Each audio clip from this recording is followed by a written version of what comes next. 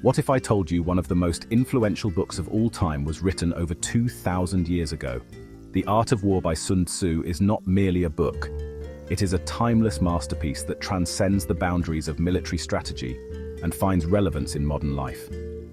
Written over 2 millennia ago, this ancient Chinese text is a profound exploration of the nature of conflict, power, and strategy. It delves deep into the art of winning, be it on the battlefield, in the boardroom, or even within the personal conflicts of everyday life. At its core, the art of war teaches that true victory comes not through brute force, but through understanding and wisdom. Sun Tzu's principles emphasize the importance of adaptability, the value of intelligence, and the power of psychological warfare. The general who wins is not necessarily the one with the largest army, but the one who knows when to fight and when to avoid battle, who knows how to exploit the enemy's weaknesses while concealing their own, and who can turn the tides of war with subtlety and deception. The impact of Sun Tzu's work can be seen across centuries, from ancient military campaigns to modern business strategies, where leaders continue to draw lessons on leadership, negotiation, and strategy. The art of war remains a guiding light for those who seek to understand the intricate dance of conflict and competition, making it as relevant today as it was in ancient China.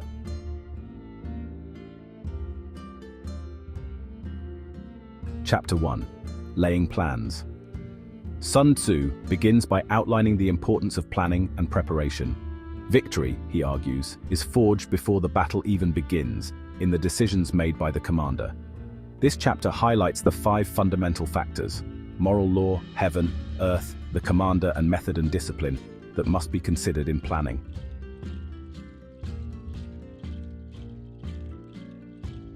Chapter 2. Waging War.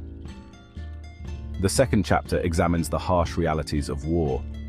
Sun Tzu speaks of the economic burden and the cost of human life, urging that war should be quick and decisive. The longer a conflict drags on, the more it drains resources and morale.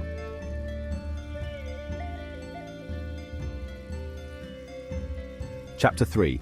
Attack by Stratagem. Here, Sun Tzu reveals that the highest form of warfare is to subdue the enemy without fighting. By using superior strategy and understanding, one can achieve victory without shedding a drop of blood. Deception and intelligence are highlighted as key tools in undermining the enemy's will to fight.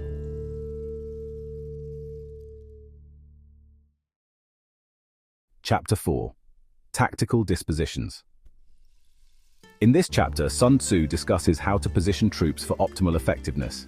The key is to be unassailable in defense and swift in attack. By understanding the terrain and positioning oneself wisely, an army can become almost invincible.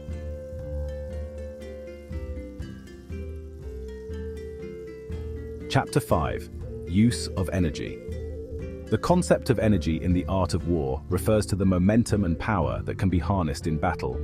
Sun Tzu describes how to combine direct and indirect methods of attack to keep the enemy off balance, ensuring that one's forces maintain the initiative.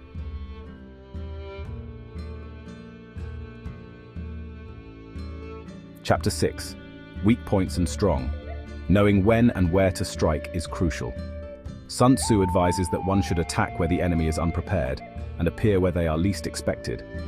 Understanding and exploiting the enemy's weaknesses while protecting one's own is essential for success.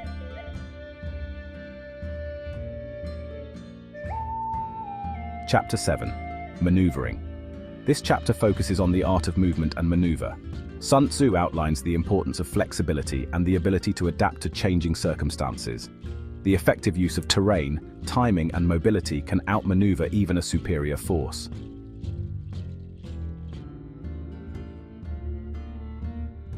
Chapter 8. Variation in Tactics. Stagnation is the enemy of victory. Sun Tzu stresses the need for constant adaptation and the use of varied tactics to confuse and mislead the opponent. A predictable army is a vulnerable one.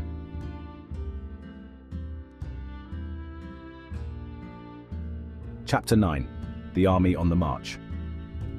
Sun Tzu provides guidelines for moving an army safely and effectively, emphasizing the importance of speed and secrecy. He discusses how to avoid pitfalls, choose favorable terrain, and maintain the army's morale.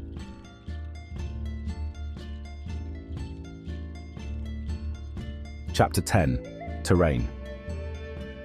Understanding the physical and psychological terrain is vital.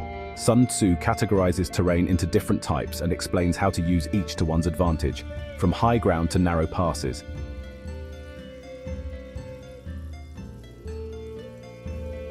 Chapter 11. The 9 Situations.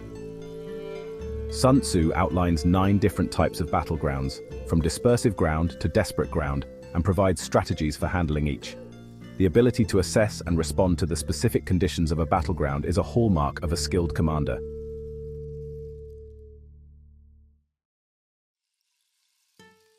Chapter 12. The Attack by Fire. This chapter details the use of fire as a weapon, showing how it can be used not just to destroy, but to create chaos and fear. The timing and conditions for using fire effectively are crucial, highlighting Sun Tzu's emphasis on strategic precision.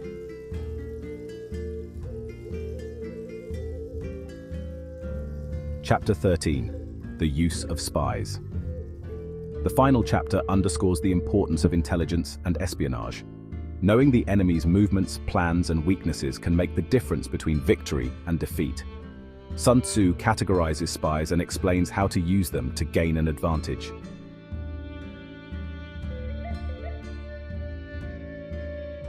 The art of war stands as a testament to the power of strategic thinking. Its teachings continue to inspire military leaders, business strategists, and anyone who seeks to master the complexities of conflict and competition. Sun Tzu's wisdom echoes through time, a timeless guide to understanding the art of winning. I hope you enjoyed this summary on the art of war. Like and subscribe for more content. Thanks.